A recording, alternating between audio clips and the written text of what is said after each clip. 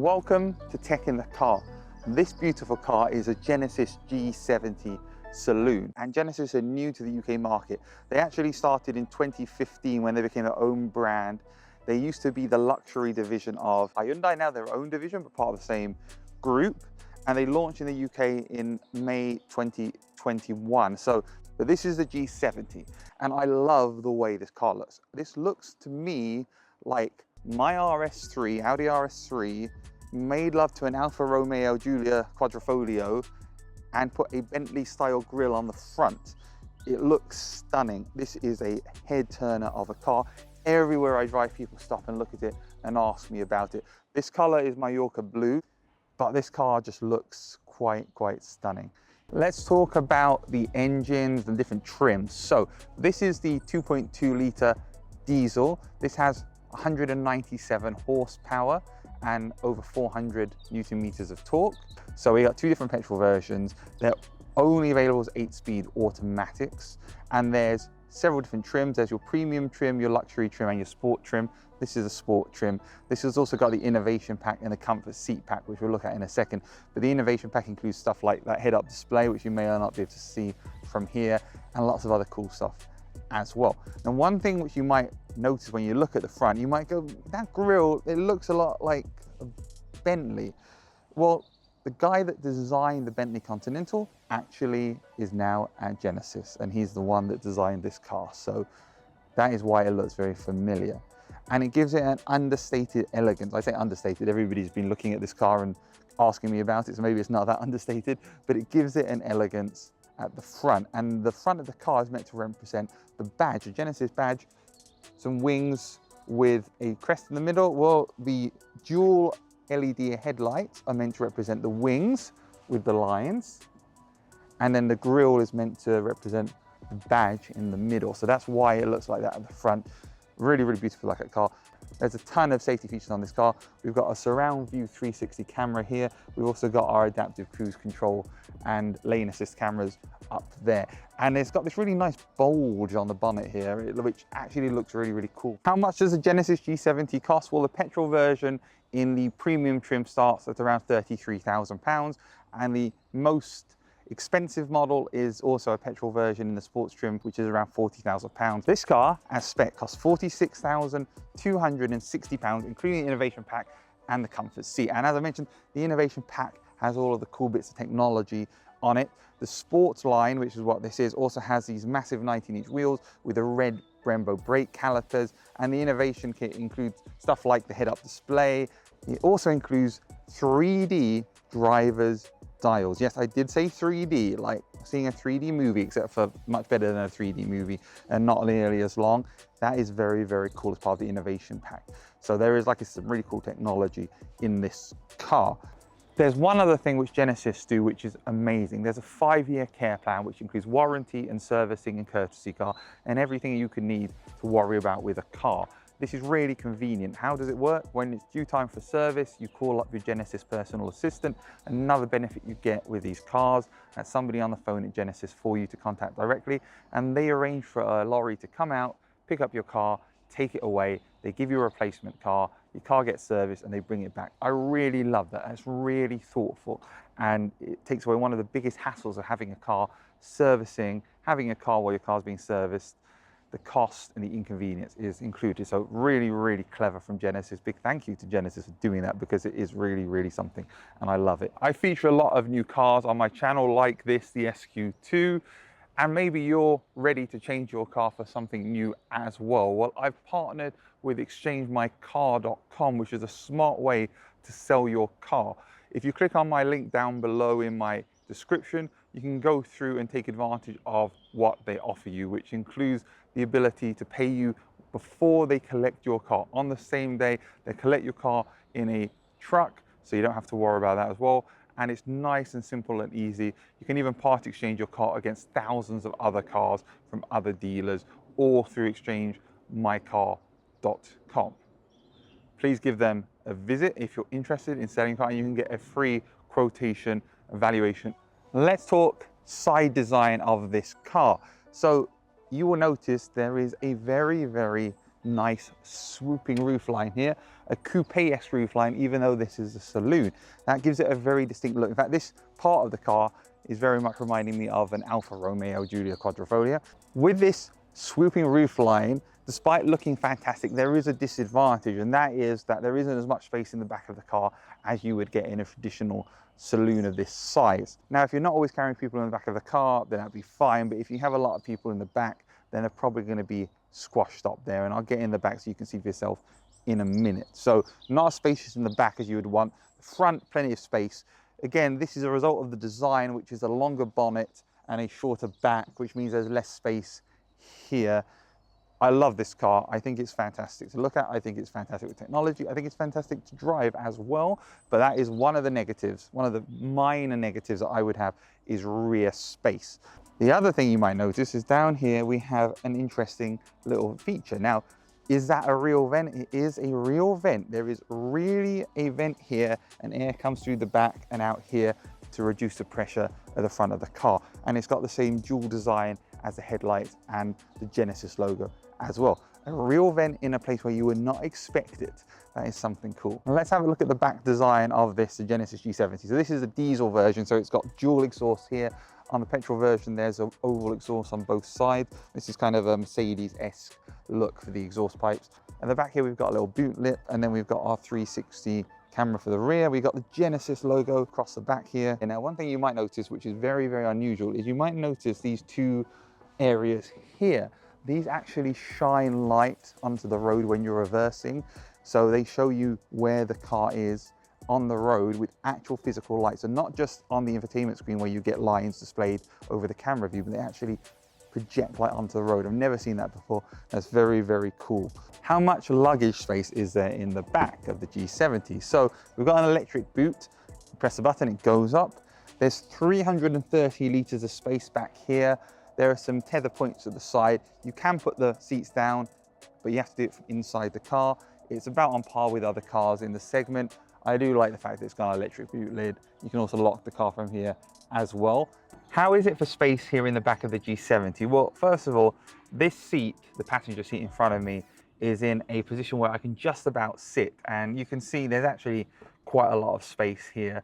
It's slightly less space at the top because it's got a coupe-esque roofline, but it's okay. But one thing you will notice looking at this car is that if you look across my knees here to the driver's side, there is not a lot of space here. Now I'm 1.78 meters.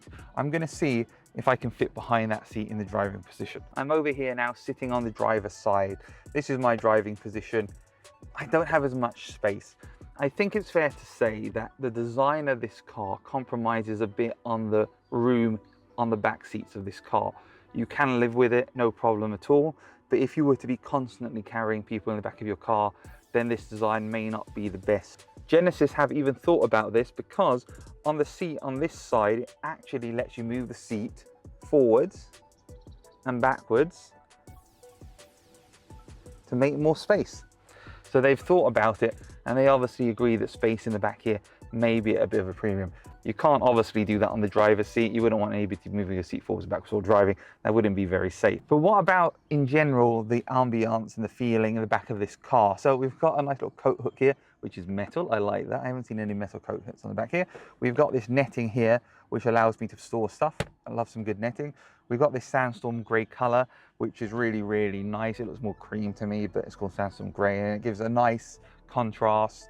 We've got a USB port down here in the middle. We've got two climate ports there, and you know, the seats are comfortable. They're even heated as well on the back of the car, so you can actually turn the seat heating on and off to keep yourself warm in the winter. Not all cars have heated seats in the rear. Inside the G70, it feels very, very, very luxurious and comfortable and advanced and modern, yet also maybe more classical. And what I mean by that is most brand new cars, they don't have buttons inside, at least not as many buttons as this car has. This car has a shortcut row of buttons for map, navigation, radio, media, favorite setup, and then your volume and power control and file seek buttons. That's very unusual. Normally, most of these controls exist in the infotainment system. Likewise, we've got actual knobs for adjusting the climate control. Turn the knobs and it gets warm or colder, depending on what you want. On most cars, there's a little screen by the climate control which shows you the temperature, even if it's not displayed on the big screen. On this car there isn't, but it displays everything up here, so you don't miss anything. Plus this car has a comfort seat pack, so we've got heated and cooled seats, which you just press a button.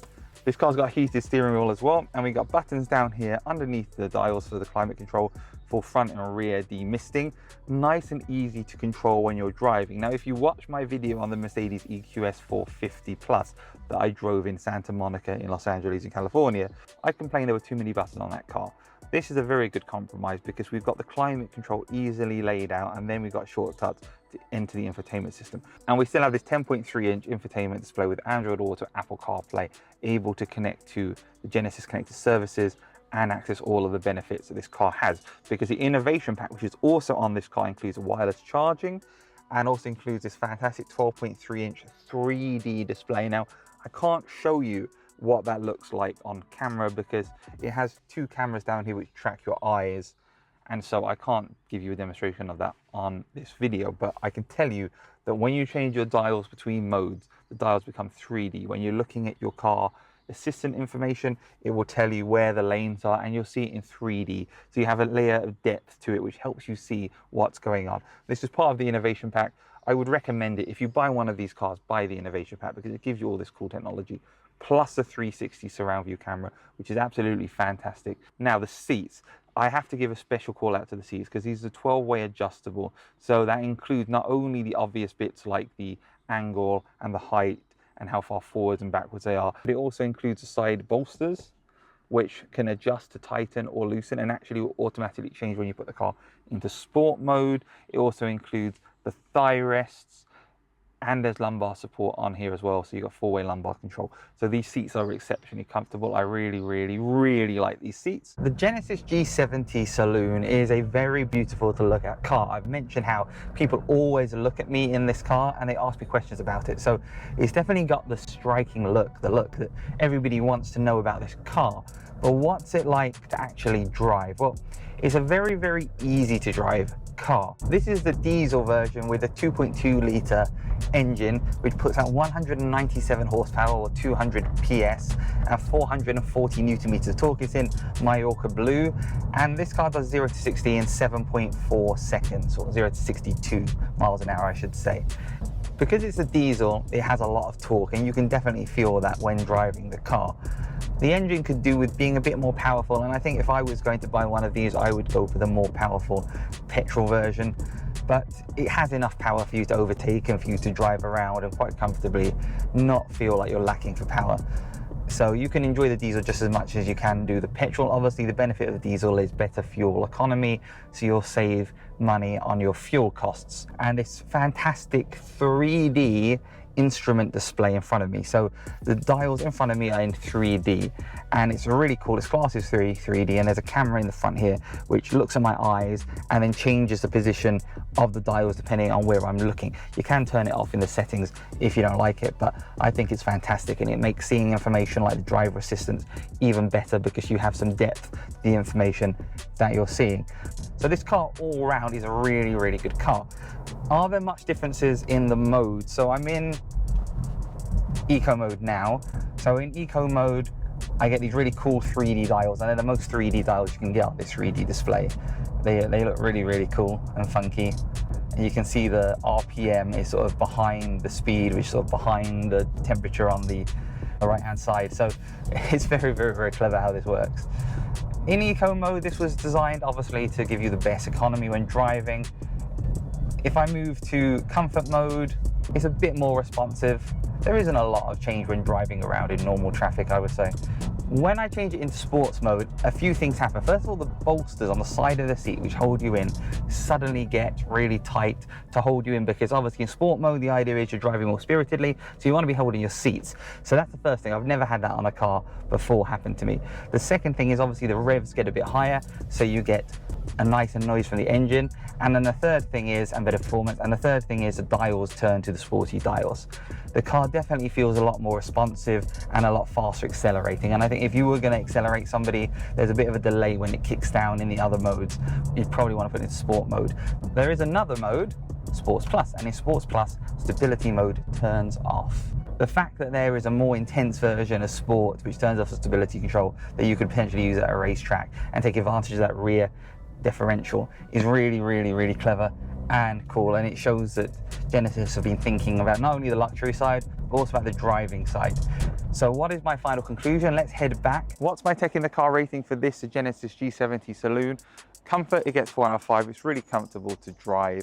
Driving assistance, 5 out of 5. It has everything including highway lane assist, which adjusts the speed and keeps you in lane automatically.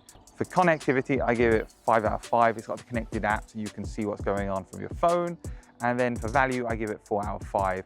Although it is more pricey as it goes up towards the top end, it's fantastic value for what it is, and it really is a fantastic car. And overall, this car gets 25 out of 30 in my tech in the car rating. It's a great car, definitely check one out.